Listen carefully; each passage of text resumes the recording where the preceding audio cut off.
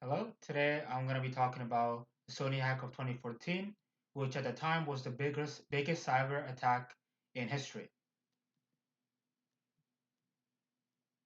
So first I'll be covering an introduction, giving a bit of a background of how the attack happened, the initial warning signs. I'll talk about the hack itself, Richard Stengel's retelling of the events, the press's reaction, the government's response to the whole fiasco, Sony's responsibility in all of this, the eventual resolution of all the events, and we'll end it off with my final thoughts about the events. So everything was kicked off by The Interview, which is a movie that Sony produced starring Seth Rogen and James Franco. The movie was starred two journalists that worked for a TV tabloid show, and they found out that Kim Jong Un was a fan of the show, and in doing so, they set up an interview with him in person, trying to legitimize themselves as journalists. Finding out about this, the CIA set in motion a plot to assassinate the Korean leader. When North Korea first found out about this movie, they weren't that impressed. They actually made fun of it. They were saying that America can't actually defeat them in real life, so they made a fictional movie saying that, oh, we killed your leader, but they weren't able to do that in real life. However, later on, became a lot more serious, more angry with the movie, and they said that if the U.S. let this movie continue the production, this would be the most undisguised sponsoring of terrorism as well as an act of war. Um, however, the America didn't really take this seriously, and Sony continued production as normal. So the hack D-Day, it happened on November 24th, 2014. When Sony employees logged into their computers, they found this beautiful message on their screens, and they basically got threatened to some vague demands they had to abide by. If not, all the information they had would be leaked. And afterwards, their information on their computers was wiped, and they lost connection to a lot of servers, and a lot of PCs were destroyed. And who had the hacker group that claimed responsibilities was GOP, Guardians of Peace, was also became known as the Lazarus Group later on, which is a North Korean sponsored hacker group that has done various different hacks, including this one on Sony. Afterwards, GOP actually started releasing um, various amounts of information, sensitive emails, embarrassing emails, as well as salary data from Sony employees and officials.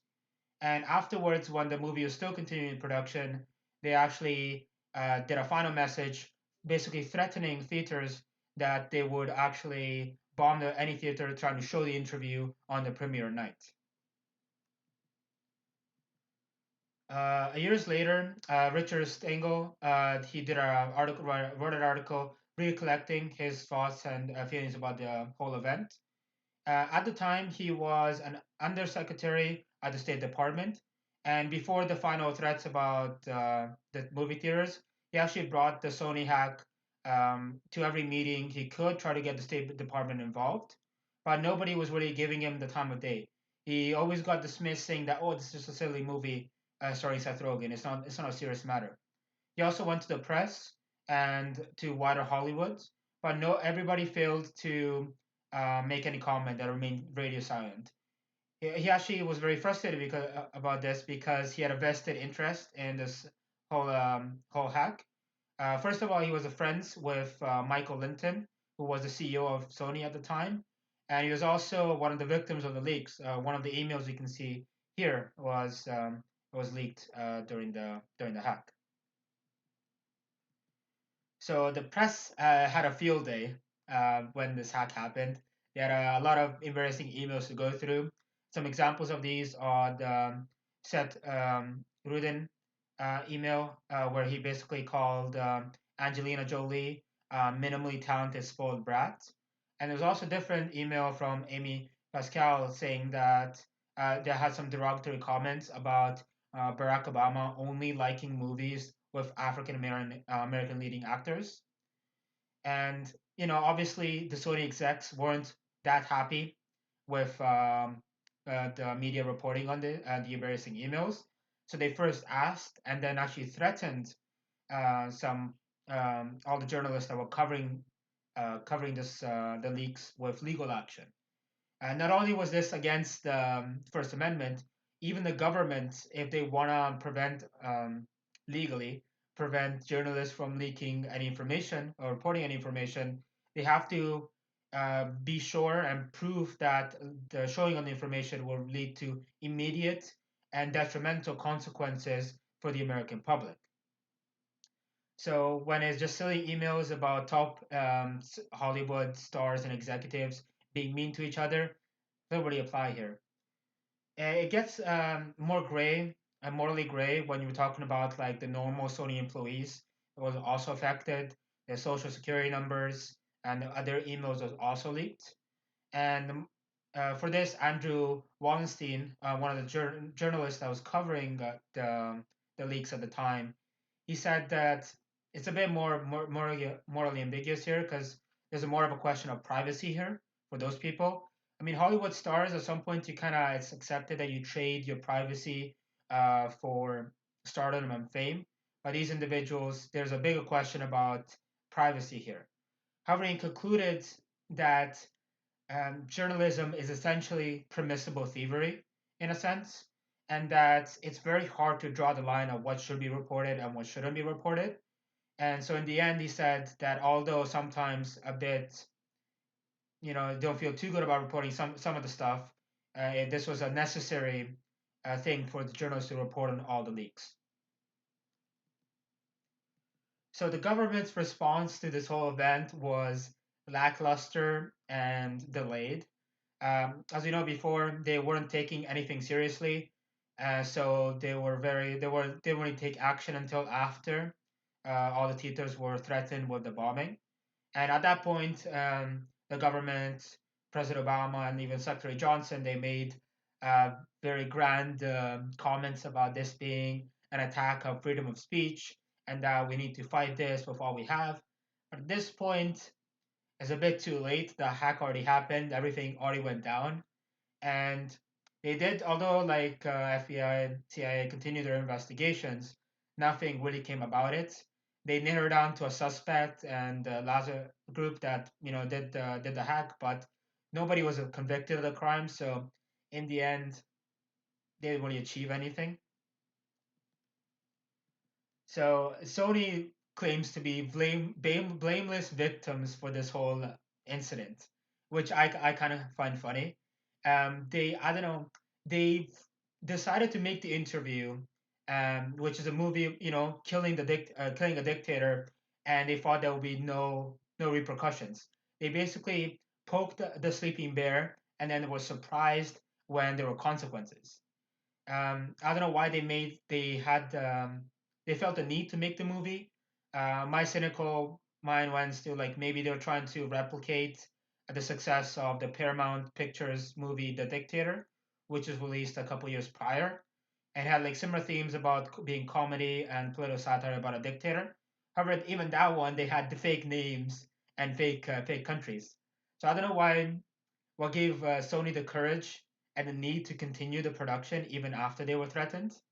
And the funny thing is, they didn't even after threats, they refused to like upgrade their security at all. If Sony really felt the need that this was their mission and they had to get this movie out, then what they should have done is contacted the government and made it and contacted different cybersecurity companies and really prepared beforehand and then released the movie. On the other hand, they could have, just not released the movie at all. So after the theaters were threatened with the bombing, Sony actually decided to pull the movie for a while, and this was resulting in backlash from both the government and the public. However, Sony's CEO Michael Linton later defended their actions, saying that they had no control over the theaters. They didn't own the theaters, and this is the only course of action they had available to them. They had no other choice. And so they had to pull the movie. Afterwards, they actually contacted some individual theaters, and then they also did a digital release of the movie online through Google Play, and YouTube. Also, Sony did see some longer lasting effects, repercussions from this event. On top of the reputation hit, Amy Pascal, one of their directors, left, and they also were sued by former Sony employees, and the lawsuits costed them about $8 million. And Sony did promise that it would improve the security, but it seems that that didn't really have any effect since they were hacked again in 2017, and they also got hacked again really recently, like last month, with more information leaks. So in the end, who really won? Sony? Not really. They even when they stopped releasing the movie for a while, their documents still got leaked. Was the U.S. government? No, they appeared slow and incompetent with how they responded to the whole event. And was it North Korea? I mean, if their goal was to make sure that nobody saw the movie, they did the opposite. They only brought more attention to it and made sure more people would see the movie. I mean, some people only went to see the movie just out of spite, or like out of to spite North Korea and be like a sense of patriotism, to like, oh, we're gonna see the movie. And in the end, the movie was received like it was okay. It was average. It wasn't anything to write home about. So the whole thing kind of had an anticlimactic ending.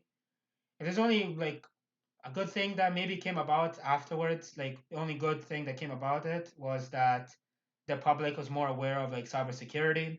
People realized that even if you are communicating through like private chats, such as like Snapchat, emails, that nothing really is private, and everybody needs to be more digitally literate and be more careful with what you post online. Any questions? No? Yeah, and I guess we're finished here. Thank you for listening. Bye bye.